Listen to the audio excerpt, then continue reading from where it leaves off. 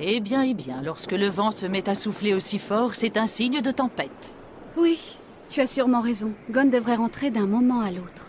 C'est plus fort que lui, il passe tout son temps dans la montagne, il y est tellement attaché, c'est comme si elle comblait l'absence de son père. Peut-être, mais en attendant, il m'a promis de rentrer avant le coucher du soleil. Et je ne tolérerai aucune excuse. À son âge, il doit apprendre à tenir ses promesses. Un point, c'est tout. Ne t'inquiète pas, tout va très bien. Gon est un garçon qui a la tête sur les épaules, tu sais. Là n'est pas la question, maman. Il n'a que 10 ans. Et s'il lui arrivait quelque chose? Même si tu as remplacé sa mère depuis toutes ces années, tu ne pourras jamais prendre la place de son père. Tu dois te faire à cette idée une bonne fois pour toutes.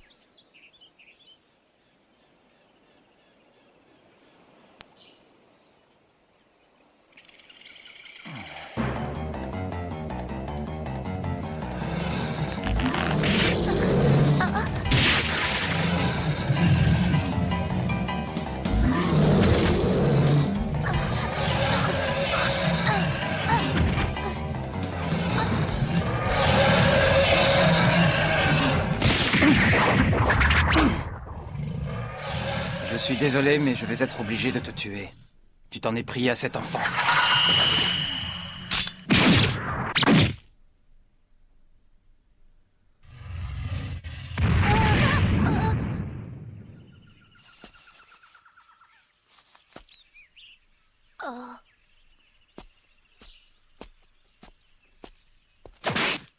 Est-ce que tu peux te lever? Oui, je crois. Tu es complètement dingue, petit. Ce coin-là de la forêt est infesté d'ours. Tu n'as pas vu cette inscription? Elle marque leur territoire et personne ne s'aventure ici. Ton père ne t'a pas mis en garde contre les dangers de la forêt? Si j'avais su, j'aurais mieux fait d'ignorer ton appel à l'aide. Je n'avais plus tué depuis longtemps et c'était aussi bien ainsi.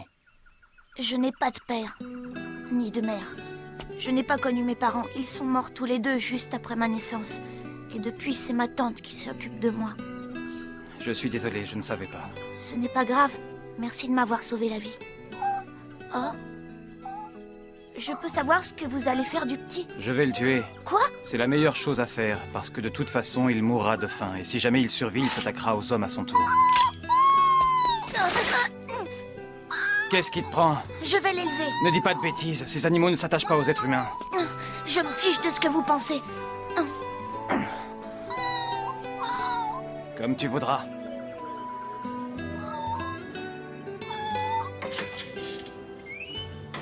Gon, tu as vu l'heure qu'il est? Je t'ai déjà dit... Excuse-moi, je sais que je suis en retard. Gon, Aïe. tu es blessé? Comment tu t'es fait ça? Oh, ce n'est rien du tout, j'ai trébuché dans la forêt. Mais... Tante Mito! Non mais pour qui tu me prends, espèce de menteur? Je ne te laisserai rentrer que lorsque tu te décideras à me dire la vérité. Bon, d'accord, Tante Mito. Je m'excuse, je ne voulais pas te raconter d'histoire. Cet après-midi, j'ai trouvé un petit animal orphelin qui venait de perdre sa mère. J'ai voulu l'attraper et il m'a griffé. Voilà ce qui s'est passé. Bon, ça va. Tu peux rentrer maintenant. Mais avant de passer à table, on va soigner cette blessure. D'accord.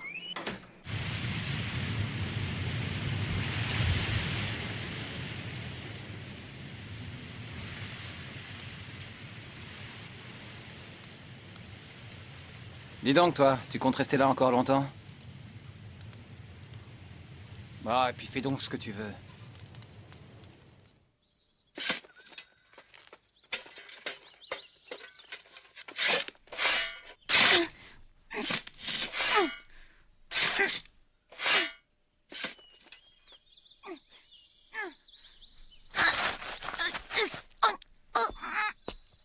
Oh!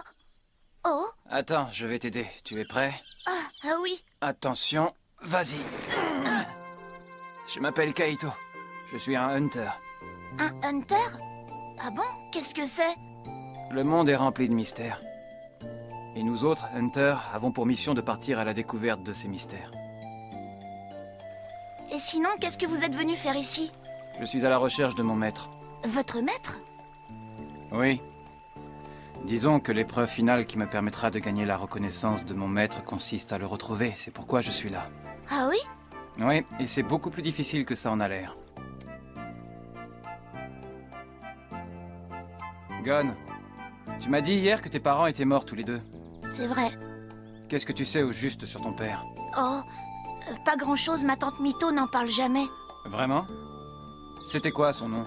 Mon père s'appelait Jean Frix, pourquoi? Gon, sache que ton père est toujours en vie. Et à l'heure qu'il est, il se trouve quelque part dans ce vaste monde. Je le sais parce que Jean Frix est en réalité mon maître. Lui aussi, c'est un Hunter.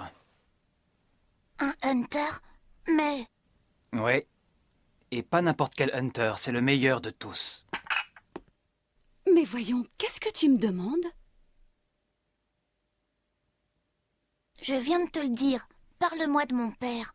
J'aimerais en savoir plus sur lui. Mais enfin, qu'est-ce que tu veux savoir? C'était un homme ordinaire. Un homme sans histoire, c'est lui qui tenait ce restaurant. Oh. À part ça, je ne vois rien d'autre à te raconter. Si je suis aussi réticente à t'en parler, c'est parce que je ne veux pas que tu souffres. Je sais parfaitement que je ne pourrai jamais remplacer ton père. Mais quoi qu'il arrive, je serai toujours là pour toi. Ne l'oublie jamais. Tu comprends que j'agis ainsi uniquement pour ton bien? Tant mieux, je suis contente que tu me comprennes.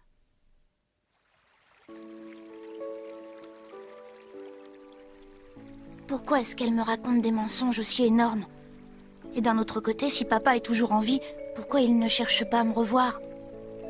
Je ne vois qu'une seule réponse possible. C'est parce qu'il a décidé de m'abandonner.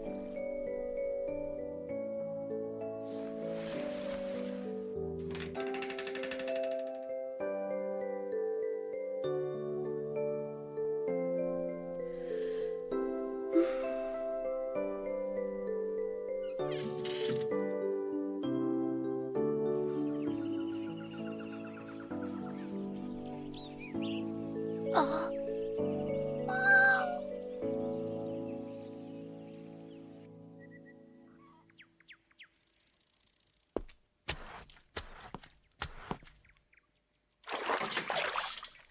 Le restaurant est fermé, monsieur.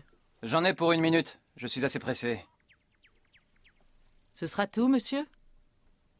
Oui, je vais la prendre. Merci encore, madame. Excuse-moi, maman, je suis en retard. Gon, est-ce que... Oh, je ne savais pas qu'il y avait un client. Je suis désolée, je ne vous avais pas vu. Non, c'est plutôt à moi de m'excuser. Je ne devrais pas me trouver là.